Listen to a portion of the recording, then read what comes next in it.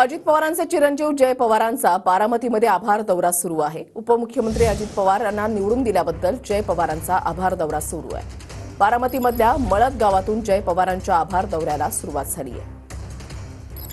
काय सांगाल, आज गावागावात आभार दौऱ्याचं आयोजन होत आहे, काय उद्देश? सगळ्याच बारामती मतदारसंघातल्याच सर्वच मतदार राजांना तिथं मी जाऊन भेटणारे, सर्वांचा आभार मानणारे, त्यांनी भरभरून प्रेम दादांना दिलं। आणि यावेळेस मी पण विधानसभेत बघितलं की सर्वच बारामतीकरांनी दादा त्यांचं बंधू म्हणून प्रचार केला।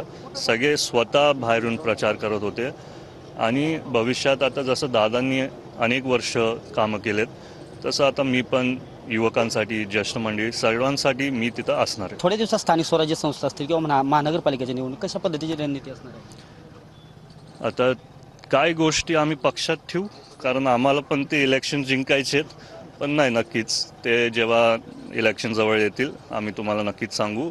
आणि यावेळेस मला वाटतंय की भरपूर नवीन चेहरे आहेत, जरी ज्येष्ठ मंडळी असेल पण नवीन चेहरे, जे लोकांनी कष्ट घेतलेत, युवकांनी कष्ट घेतलेत, त्या सर्वांना आता संधी द्यायची वेळ आली आहे। कॅमेरा पर्सन आप्पासह मी दीपक कापरे, TV9 मराठी, बारामती।